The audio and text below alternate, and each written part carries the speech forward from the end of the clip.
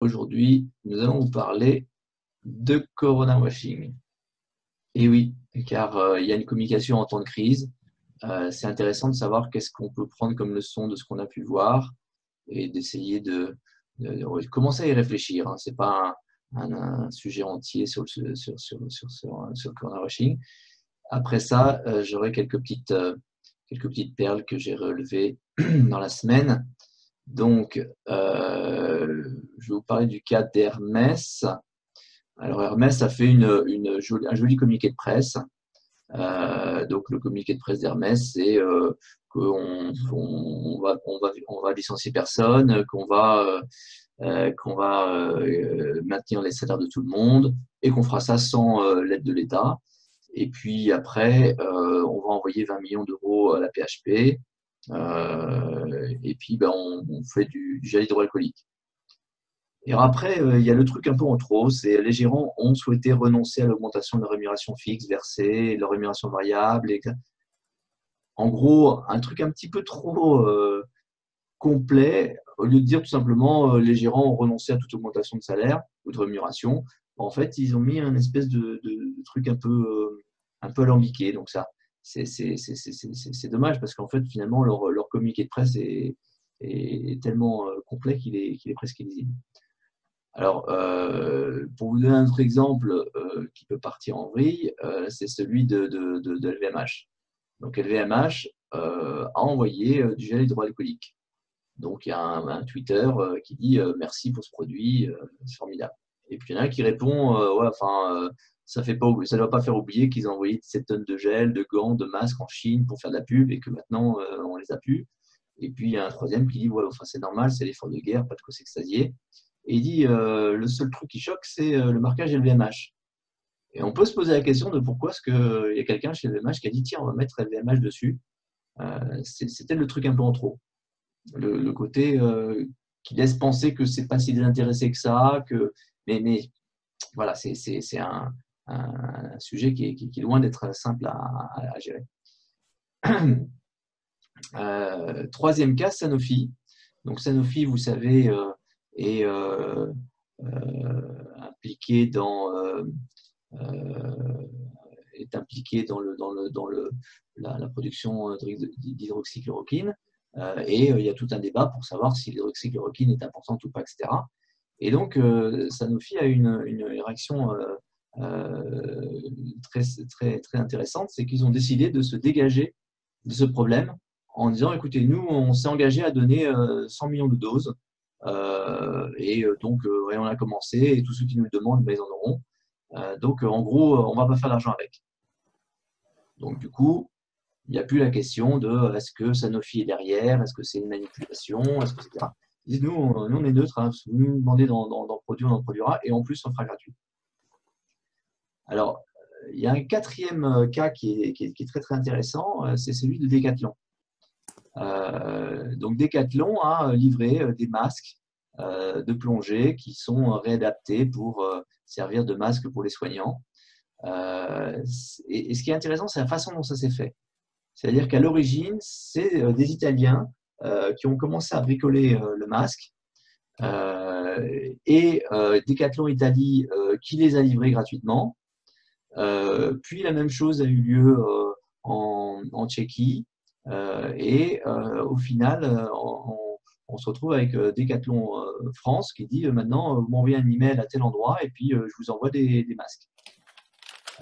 Donc c'est très intéressant comme démarche, puisqu'en fait, l'ensemble de l'entreprise, et c'est parti de la base, s'est senti impliqué dedans. Alors, je vais retrouver une citation d'une spécialiste de l'action politique des entreprises qui dit qu'en fait, il y a un point qui est qu'on a tous envie d'aider, donc d'aller faire de la philanthropie, mais elle recommande plutôt de rester dans le cœur de l'activité de l'entreprise. Donc, c'est la question de la pression qu'on a de l'ensemble de notre entreprise de faire quelque chose. Et ensuite, le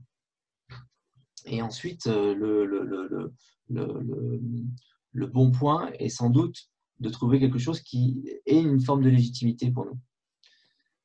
Je vais rajouter un dernier point sur la question de la communication dans ces temps difficiles.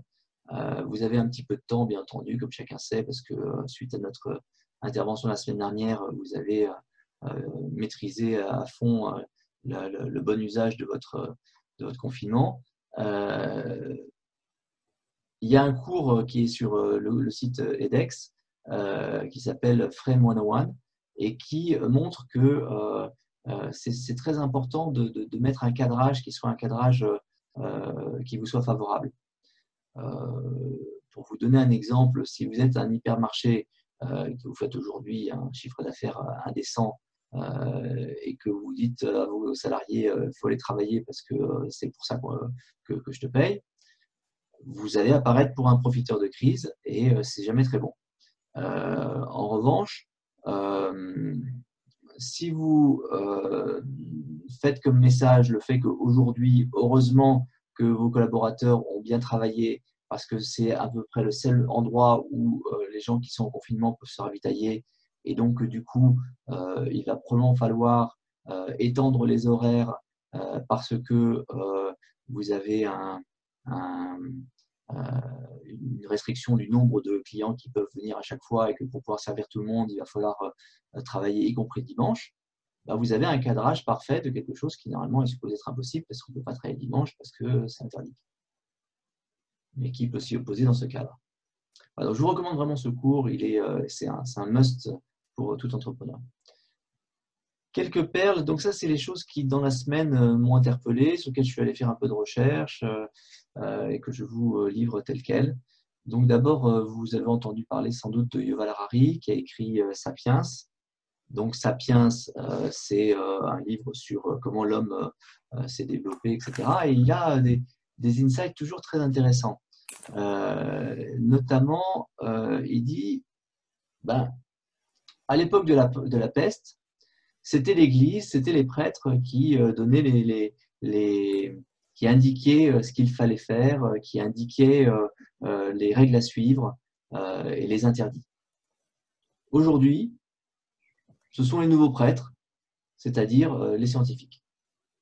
Donc aujourd'hui, les scientifiques disent il faut se confiner. Bon, donc tout le monde suit sans rechigner et d'ailleurs protester devient un signe d'hérésie. Il dit aussi qu'aujourd'hui, on rentre dans la possibilité de la dystopie. Il dit on n'est vraiment pas loin du moment où ça va être obligé pour chacun d'avoir sous la peau une petite puce qui peut être lisible par les autorités pour vérifier qu'on n'a pas de température, qu'on n'a pas de machin, etc. Et finalement, où est la différence avec, imaginez, en Corée du Nord, des gens qui applaudissent au discours du leader bien-aimé, mais que maintenant, on arrive à savoir s'ils ressentent vraiment ce qu'ils sont en train de montrer en tapant des mains. Hein, peut-être qu'en fait, au fond d'eux-mêmes, on va voir avec leur rythme cardiaque, leur montée de la pression artérielle, qu'en fait, ils ne sont pas du tout d'accord avec le leader. Et ça, en fait, quelque part, on n'est pas très loin parce que finalement, on a trouvé une raison pour laquelle c'est tout à fait légitime de commencer à regarder l'intérieur des gens. Donc sur l'interview, je vous mettrai le lien probablement dans la description de la vidéo et puis dans le PowerPoint. Alors après, j'ai un autre endroit où on trouve des perles extraordinaires, c'est BFM TV, évidemment. Alors BFM TV, l'autre jour, nous parle des traces de virus dans l'eau potable de Paris. Oui. Alors ça, c'est d'abord intéressant parce que la façon dont la mairie de Paris communique, c'est un petit peu à l'envers. C'est-à-dire qu'elle commence par dire on a constaté des traces de virus, mais pas grand-chose dans l'eau, etc. Et puis après, elle dit donc on a décidé de fermer le réseau. Dans l'eau non potable, hein, dans l'eau non potable, Jean-Christophe. L'eau non potable, pardon. A priori, c'est beaucoup plus puissant de dire voilà, la mairie de Paris vient de décider de fermer son réseau d'eau potable. En effet, elle a décelé des traces infimes de virus. C'est beaucoup moins flippant que de commencer de le faire d'une manière très très classique. Nous avons constaté et donc on a décidé. Alors sur BFM, au moment où le médecin commande, donc vous avez le médecin qui est là en train d'expliquer que non, mais donc l'eau dans le réseau d'eau potable, enfin les virus dans le réseau d'eau non potable, c'est pas très grave parce que pour que ce soit grave, il faudrait que l'eau soit transformée en aérosol. Et l'image qu'il y avait en fond d'écran, c'était celle-là. ou une image un peu comme celle-là. Donc, tout va bien, on n'est pas, on n'est pas, on n'est pas en danger. Alors, ensuite, il y a un truc qui est passé donc ça fait quelques jours maintenant. C'est la question de est-ce que le Covid vient de labo chinois? Et celui qui a mis un gros coup de pied dans la fourmilière, c'est le professeur Montagnier. Alors, il y a un site qui a fait un buzz extraordinaire, c'est le site Pourquoi Docteur, là, qui lui a eu, je pense, un pic de lecteurs là-dessus. Alors, quand on voit ça, on se dit, ouais, quand même, un prix Nobel de médecine, ça c'est embêtant. Il a l'air d'être assez sûr de son truc. Il voit que dans le génome du Covid, il y a des bouts de VIH, etc. Donc, embêtant. Donc, on va chercher un petit peu et puis on s'aperçoit qu'en fait, c'est un scientifique assez décrié. Certes, il a son prix Nobel, mais en même temps, il était partisan de la mémoire de l'eau de la béniste. Jean-Christophe. Bon, c'est un truc qui a été un peu détourné. Jean-Christophe, il te reste une minute. Il est dans le camp des anti-vaccins, donc c'est pas comme ça qu'on se fait ami avec la communauté scientifique. Il a publié un truc sur le signal électromagnétique de l'ADN qui dit en substance qu'il n'y a plus avoir d'ADN, il a la capacité de se reconstituer avec des signaux électromagnétiques. Donc, mais une étude qui n'a jamais pu être refaite par ailleurs. Et il y a une pétition de 106 académiciens des sciences contre lui. Bon, après tout, c'est déjà arrivé avant d'avoir des académiciens. Mais enfin, il y a quand même un truc formidable, c'est que c'est un promoteur de la papaye fermentée. Des papayes fermentées. Donc, bon, on peut se dire qu'effectivement, peut-être que pas si intéressant que ça. Et la théorie elle-même, il y a un chercheur qui prenait l'analogie de dire que c'est comme si on voyait le mot 4 fois chapeau dans 2 livres différents et que du coup, on pouvait dire que c'était le même livre, que ça avait été copié. JXE, il te reste 30 secondes.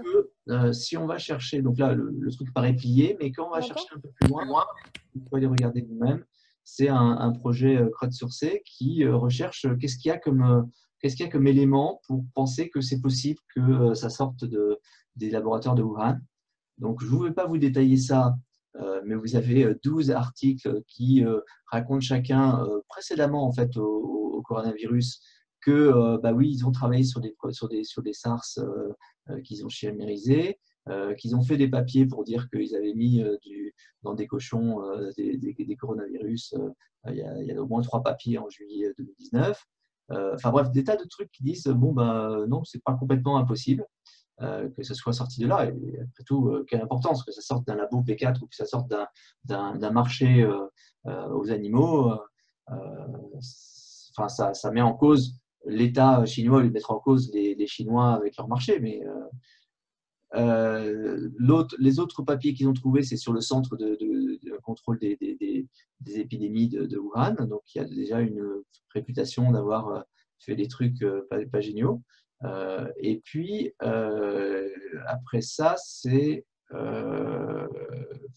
tout un ensemble de papiers sur la façon qu'a le gouvernement chinois d'essayer de masquer le truc.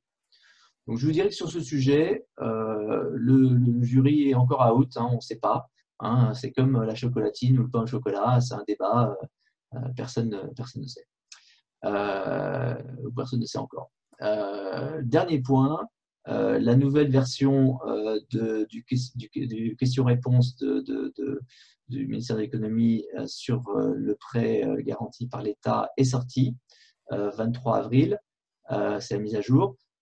Pourquoi c'est important? Parce que quand vous cherchez un prêt auprès de votre banque, il risque de vous sortir des trucs qui ne sont pas du tout vrais, comme d'habitude, parce qu'ils ne sont pas au courant.